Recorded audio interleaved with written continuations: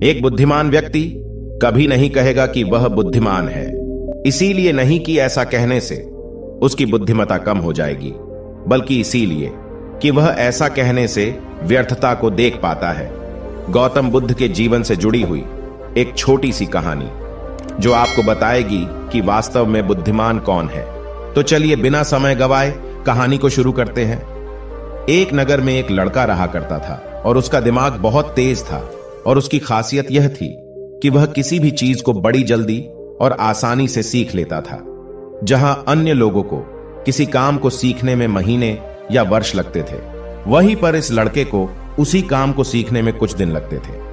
उसकी ख्याति दूर दूर तक फैल गई थी और कहा जाने लगा था कि उस व्यक्ति के जितना बुद्धिमान कोई नहीं है।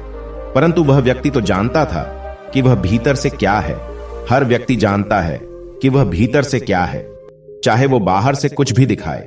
वह व्यक्ति भी भीतर से तो परेशान था, परंतु वह अपने अहंकार से अपनी परेशानियों को ढकना चाहता था। दोस्तों, ज्यादातर लोग ऐसे ही करते हैं। वह व्यक्ति अपनी प्रसिद्धि को और बढ़ाने के लिए तरह तरह के काम सीख रहा था।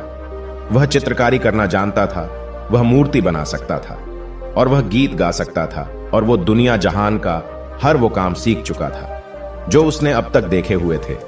इसीलिए उसे अपनी बुद्धिमत्ता पर अहंकार था, क्योंकि कोई भी साधारण आदमी एक काम कर सकता है या दो काम कर सकता है या ज्यादा से ज्यादा 3 कामों को कर सकता है, परंतु वह तो सैकड़ों काम को कर सकता था और बहुत अच्छे से कर सकता था। इसीलिए उसे अपनी बुद्धिमत्ता पर अहंकार था।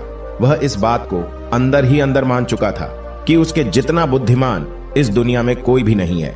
फिर एक दिन उसका सामना गौतम बुद्ध से होता है। उसे पहली बार एक ऐसा व्यक्ति दिखता है कि जिससे उसे ईर्ष्या होती है। अब तक उसने ऐसे लोग देखे हुए थे जो उससे ईर्ष्या करते थे, और जहां ईर्ष्या होती है वहां तुलना का होना निश्चित है। वह व्यक्ति अपनी तुलना गौतम बुद्ध के साथ करना शुरू कर देता है।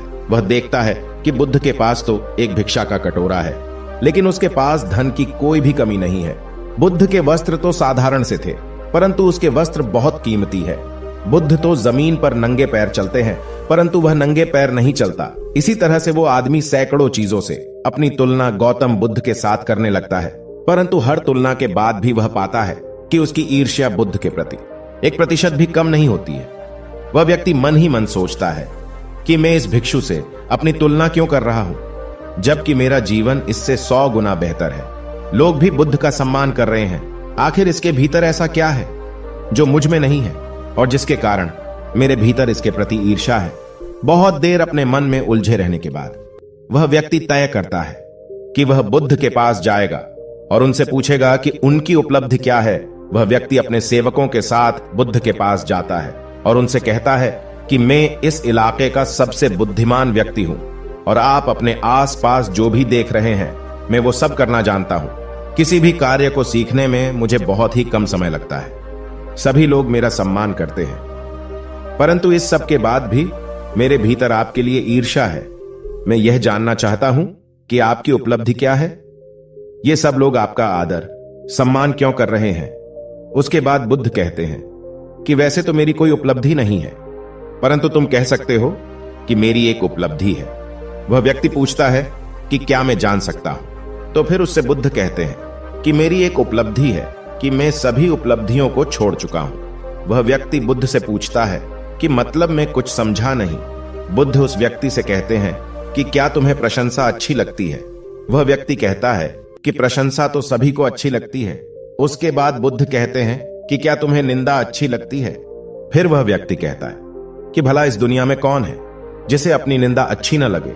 उसके बाद बुद्ध कहते हैं कि जो तुम्हें अच्छा लगता है और जो तुम्हें बुरा लगता है, मैं इन दोनों से भी ऊपर उठ चुका हूं। न मुझे निंदा सताती है और न ही मुझे अपनी प्रशंसा प्रसन्न करती है। बस यही अंतर है तुम में और मुझ में। फिर वह व्यक्ति बुद्ध से कहता है कि परंतु यह कैसे संभव है। बुद्ध मुस्कुराते हैं और उस व्यक्ति से कहते हैं कि तुमने सैकड़ों काम सीखे हैं, लेकिन एक सबसे जरूरी काम को सीखना तुम भूल गए हो। वह व्यक्ति बुद्ध से पूछता है कि कौन सा काम बुद्ध जो मैं सीख नहीं पाया हूं। फिर गौतम बुद्ध कहते हैं कि अपने मन को नियंत्रण करना क्या तुम्हें आता है। गौतम बुद्ध की वह बात सुन वह व्यक्ति समझ जाता है कि ईर्ष्या का यही कारण था उसके बाद गौतम बुद्ध कहते हैं कि जिस व्यक्ति ने सारा जगत को जीत लिया लेकिन अपने मन को नहीं जीता, उसने कुछ भी नहीं जीता। और जिसने अपने मन को जीता परंतु अपना सब कुछ गंवा दिया, फिर भी उसने सब कुछ जीत लिया। क्योंकि वास्तव में बुद्धिमान व्यक्ति वही है जो अपने मन का शासक है, वो नहीं जो अपने मन का गुलाम है। गौतम बुद्ध के इन शब्दों को सुन उस व्यक्ति का अहंकार टूट जाता है और वह व्यक्ति बुद्ध से कहता है कि क्या आप मुझे अपने मन को जितना सिखा सकते हैं? गौतम बुद्ध कहते हैं कि अवश्य सिखाएंगे, परंतु मैं तुम्हारी सभी उपलब्धियां छीन लूंगा। फिर उसके बाद वह व्यक्ति गौतम बुद्ध से कहता है कि मैं तैयार हूं गौतम बुद्ध। उसी दिन से वह व्यक्ति ध्यान करना शुरू कर देता है, क्योंकि ध्यान ही वह तरीका है जिससे आप अपने मन को अपने वश में कर सकते हैं। दोस्तों, इस कहानी से आपको क्या सीखने को मिला, हमें नीचे कमेंट बॉक्स में कमेंट करके जरूर बताएं। धन्यवाद।